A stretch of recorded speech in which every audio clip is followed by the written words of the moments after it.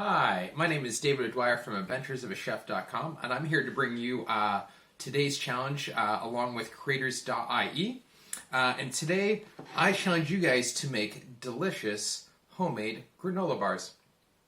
It's a super simple recipe. You can use up things in your cupboard as well, like chocolate chips. Today, we're going to do one with cranberries and toasted almonds. And let's get into the kitchen, and I'll show you how to make it. Okay, so to start with our granola bars, we're going to start with just some delicious, plain old basic oats, your basic porridge oats. About 100 grams of those. We're going to add in 1 teaspoon of cinnamon, a 1/4 teaspoon, find the quarter there, of ginger. And if you want, I would also recommend just a little bit of salt if you want to. Some people yes, some people no. Brings out a little bit of flavor, but not necessary. And then we're just going to mix this all in. But the cinnamon and ginger just go really, really well, especially with our almonds, our toasted almonds and cranberries. Just a nice little added flavor there. All right, so we're going to take this, we're going to pop it into an oven now at 180 degrees for about 10 minutes. So yeah, and next we're going to be working on the syrup.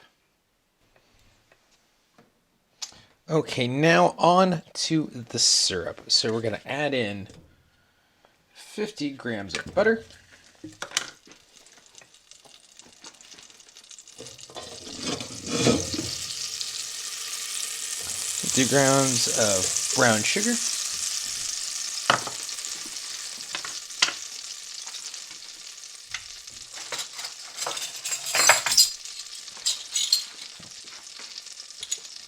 1 teaspoon of that's apple cider vinegar. Some of you may be wondering, Dave, what's up with the apple cider vinegar? A little bit of acid will help when we're making our caramel here.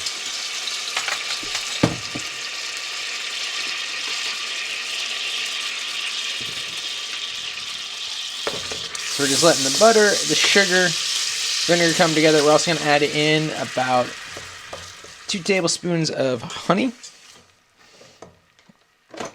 Get that in so you can get a better, nice, good look into the pot there.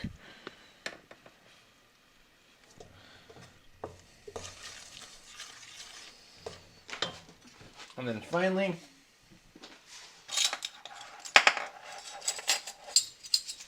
we're going to add about 2 tablespoons of regular honey.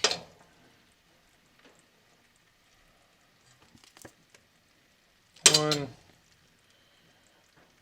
and 2.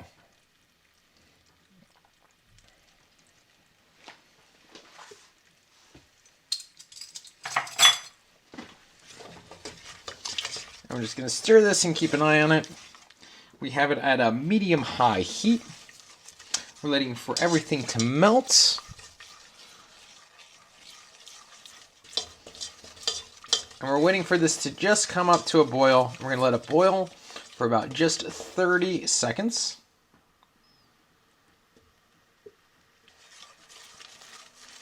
(30 seconds to about a minute, depending. We want to just do it so that the caramel is just starting to form there.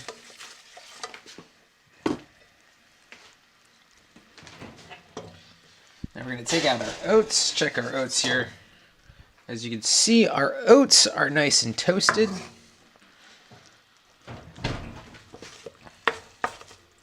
Our caramel is starting to bubble away. We're just cooking that just for another minute. What we're doing is we're looking, as you can see in the... Let's see that pull away, how quickly or how slowly that pulls away. So right about there. So it's about 45 seconds or so. We're going to turn off the heat. We can keep it on the heat, that's fine. We're just going to turn off the heat. Take our oats and toss in our oats. Oats.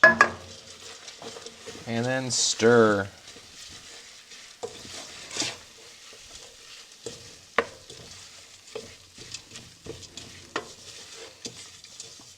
We're going to keep it on the burner, but the burner is still shut off. we're just using the residual heat to continue to cook and to kind of bring everything and bind everything together.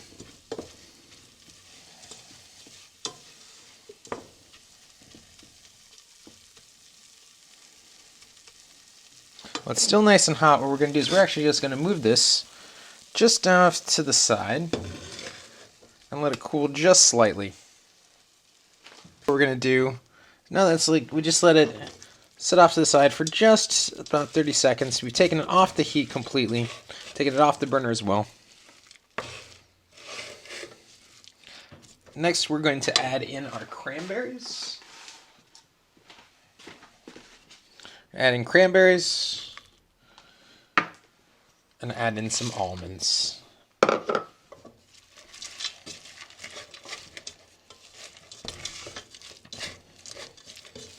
And then we're going to give this just a nice, good old mix until it all starts to come together.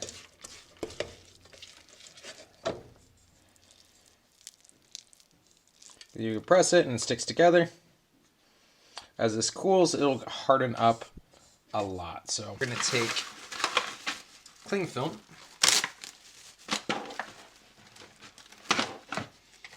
wrap we're just using this round container, but whatever kind of container you have.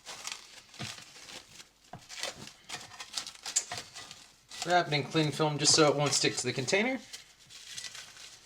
And then we're going to take our mixture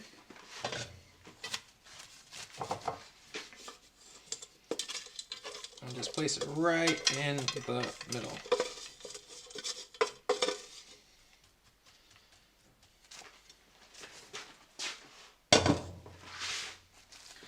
Now what we do, taking everything off of the back of our wooden spoon. You can even use your hands for this part. And we're just going to now just slowly start pressing, starting from the outside corners. Pressing down, pressing down. Remember, it's still very warm, so if it's too hot still for you to handle, just let it cool off a little bit and then try again. But it's much easier to form when it's warm than it is when it's cold. So we just give that a nice press, press, press. If you would want to add chocolate chips, this is the time I would add chocolate chips. I just kind of dot them in there or fold them in there. Because too hot, the chocolate chips will start to melt, and then it just kind of bleeds all over the rest of the granola bar. All right, so now that we have that pressed in there nicely, I'll take another piece of cling film, put it over the top, put another container over the top of that, and if you want, you can take a heavy thing like a thing of sugar, pop it in there, and that will just help kind of press it flat. You can give it a nice push. And then all right, so we've taken it out of the fridge. It's been about a half hour. Let's take a look at it. Take that for its top. Like this. This is the reason why we do this. So you can lift up on this, plop it just right on out there.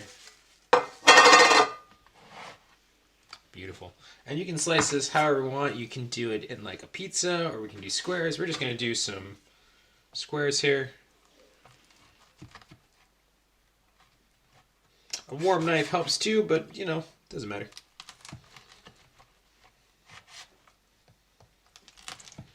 These are nice long strips, and then we'll cut these strips in half, and we have ourselves some nice little bars.